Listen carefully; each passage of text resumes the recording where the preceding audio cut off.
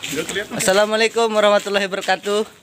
Kembali dalam episode kedua Jumat Berkah bersama pengurus-pengurus cabang Mataram. Ada beberapa di sini.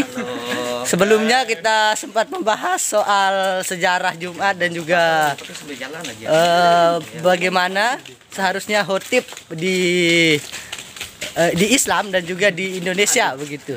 Jadi yang episode kedua ini kita akan berbicara soal jemaah ya, Kanda ya. Jemaah Jumat ya.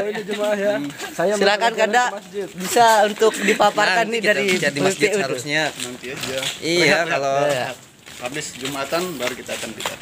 habis Silakan, Jumatan ya Stay di apa nih? di vlog Lapmi Hemi Cabang Mataram. media Apa nih? Lapmi Akun apa? Akun Lapmi Hemi Cabang Mataram Kanda. Saya kirain channel bahasa. Channel bahasa, calon sarjana. Merdeka. Jangan-jangan ini rivalnya channel bahasa. Hari ini Iya, kami iya. berjalan Jadi untuk sedikit saja meluruskan tentang niat. ada sejarah Jumatan. sekira-sekira HMI. Sedikit aja ya. Yang penting ini kita sambil jalan dapat ilmu. Saya Ustaz. Ustaz. Itu harapan kita. Iya, jadi ini kan kalau di Jumatan ini didahulukan khotbah itu daripada sholat Jumatannya. Betul. Padahal dalam sejarah itu dulu pertama kali Rasulullah melaksanakan ini Jumatan. Itu yang didahulukan itu sholat Jumatannya, Bukan khotbah ya? baru khotbahnya. Oh gitu.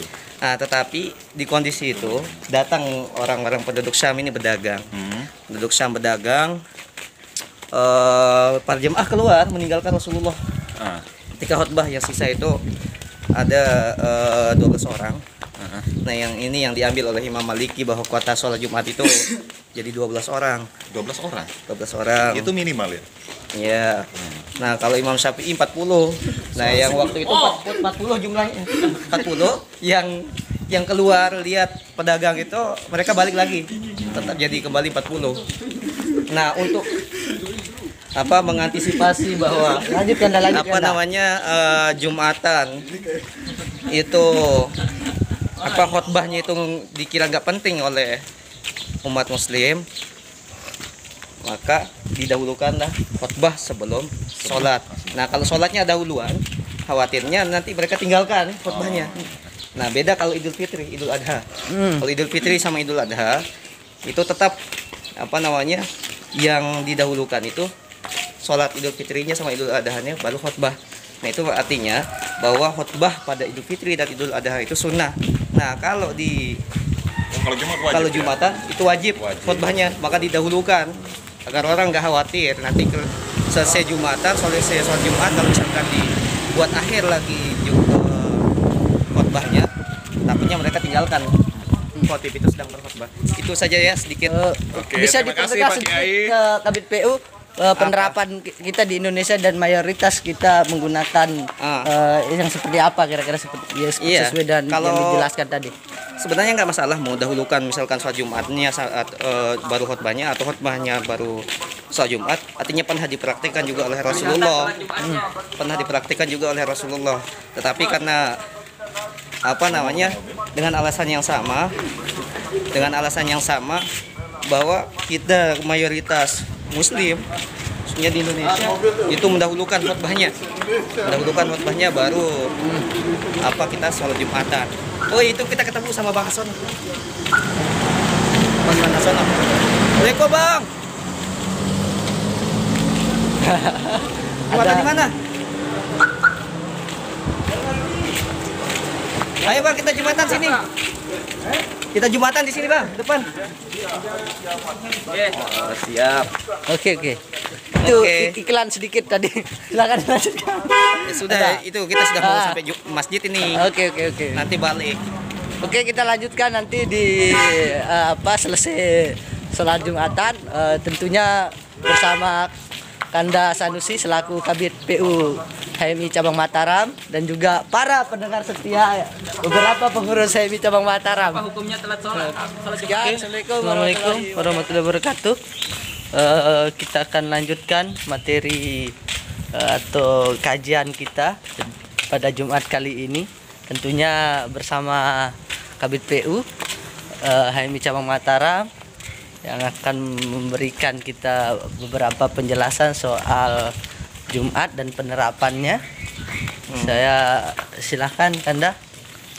Ya, Jumatan ini memang apa namanya kegiatan atau ritual peribadatan yang memiliki sejarah, dan beberapa aspek terkait dengan Jumatan itu punya sejarah yang sehingga para ulama kadang-kadang di situ menyimpulkan mana yang apa namanya, mana yang wajib, mana yang sunnah, ya, mana yang sunnah. Kalau tadi kita bicara tentang apa namanya, mendahulukan khutbah daripada sholat Jumat, itu dalam sejarahnya itu dulu kan memang sholatnya dulu baru khutbahnya, tetapi ternyata ada suatu peristiwa yang seakan-akan umat muslim melihat bahwa khutbah Jumatan itu menjadi seakan-akan tidak penting dalam pelaksanaan sholat Jumat. Padahal kenapa sampai diringkas jadi dua rakaat, itu disempurnakan oleh khutbahnya seharusnya. Ternyata karena sholat Jumatnya didahulukan, khutbahnya itu belakangan. Di suatu ketika yang tadi itu penduduk Syam itu datang berdagang di situ, para jamaah sholat Jumat mereka keluar untuk apa namanya, melihat dagangan tersebut. Nah, ayat itulah turun, ayat tentang fas'au ila zikrillah wa dzarul bai' dalam surah Al-Qiyamah itu. Di situ yang menjadi apa namanya, asbabun nuzul, sebab turunnya ayat tersebut. Maka kembalilah mereka sebagian, ada yang mengatakan semua, itu yang menjadi perbedaan, sehingga kuota sholat Jumat itu ada yang 12, ada yang 3, ada yang 40 menurut imam-imam, pandangan imam-imam mazhab. Nah, tergantung sekarang kita mau ikuti yang mana dari apa namanya, perspektif para imam-imam mazhab tersebut, dan kita mau mengikuti yang mana. Itu semuanya bagus. Kalau Idul Fitri memang karena dia sunnah, memang melaksanakan kalau sholat Idul Fitri dan Idul Adhanya aja sunnah, apalagi khutbahnya gitu logikanya. Maka khutbahnya dibiarkan di belakang pasca sholat Jumatnya. Nah, kalau sholat Jumat, kalau yang sebelumnya itu didahului sholat Jumatnya, baru khutbahnya. Nah, sekarang kan kekhawatiran tadi, alasan khawatirnya tadi, maka sekarang didahulukan sholat Jumatnya, khutbahnya baru sholat Jumat, begitu. Mayoritas sekarang kita di Indonesia cenderung menggunakan mazhab yang mana tuh? Kalau Kabid sendiri melihatnya. Kalau mazhab, kalau misalkan di Indonesia ya, kalau kuota itu kebanyakan pakai yang 40. Oke, yang 40 ya? Ya.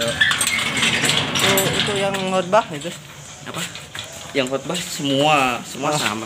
Sama ya? Iya, Oke. didahulukan. Karena kita sudah sampai di Sekret HMI Cabang Mataram, kita usaikan kajian Jumat berkah untuk kali ini. Terima kasih. Assalamualaikum warahmatullahi wabarakatuh.